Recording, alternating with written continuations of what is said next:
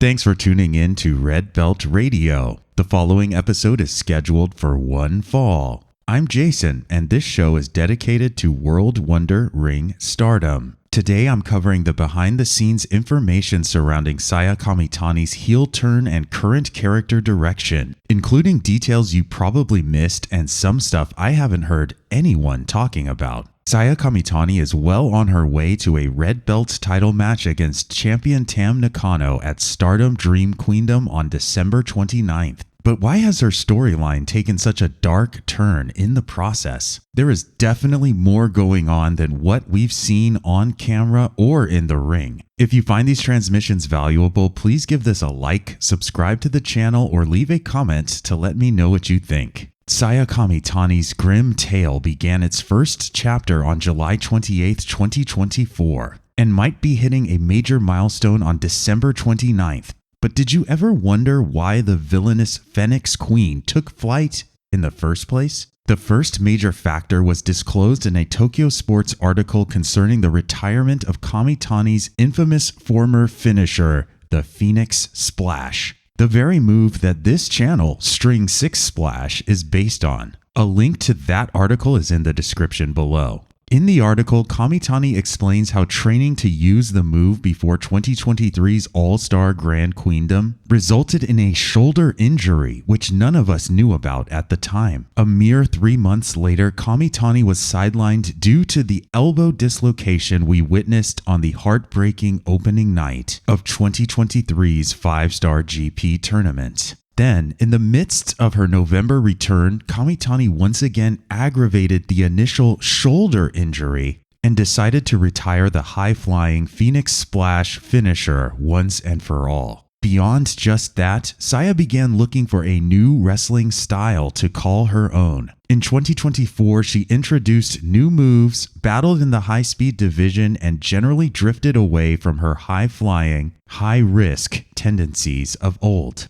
The combination of these troubling injuries and the riskiness of her old moveset were absolutely addressed through the adoption of a heel persona and wrestling style. Heels spend much of their time wearing the opponent down, taunting them, and not playing fair. This style does not need to be flashy or fast-paced, and it is something Saya has been using frequently since joining H.A.T.E. The second major, and I mean major, influence on Saya's villainous path was her trip to America during WrestleMania weekend in April of 2024. Saya talked about her American voyage in a Sponichi article, which is also linked below. While wrestling internationally for the first time ever, Saya witnessed heel characters like Momo Watanabe and at the time heel Starlight Kid receive a tremendous amount of foreigner fan support. But perhaps most obvious of all, Saya Kamitani attended WrestleMania 40 and saw Stardom legend Io Sky perform on a tremendous global stage as a defending WWE champion.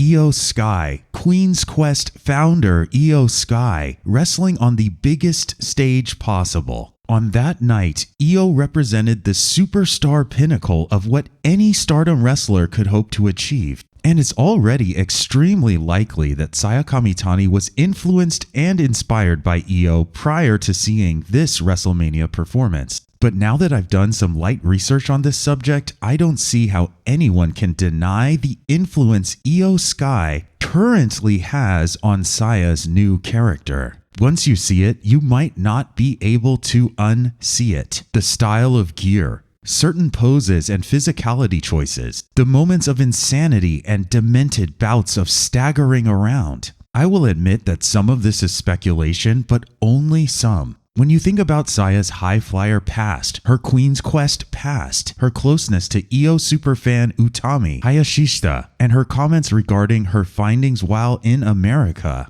and then when you study the elements of her character work now, I think you end up reaching a pretty sound conclusion. Finally, we must also go over a handful of other variables leading up to the creation of the Phoenix Queen. Utami Hayashishita left Stardom this year, leaving Saya without her tag team partner. and with a need to find a new path. Stardom found itself with a new president/booker and new competition in the form of Dream Star fighting Marigold. Stardom wanted to set itself apart, and they feared stagnation at a pivotal point in time. Maika was being elevated closer and closer to the position of ace, and she was going to need a rival and Grand Prix Finals opponent. And lastly, with Starlight Kid forming Neo Genesis and the company lacking high-profile villains, the stage was set for Saya Kamitani to fall into darkness 1 year after falling to injury. While I do feel that valuable dramatic and character-centric components have been lost with this move, and while some of the storytelling has been disorienting, shockingly brief,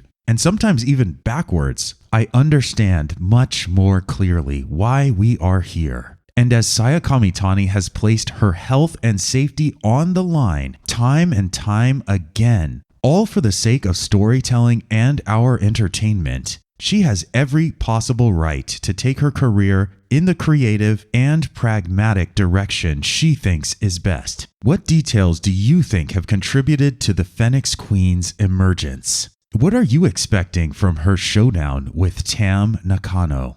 And what do you think 2025 will look like if it begins under the shadow of Kamitani's banner?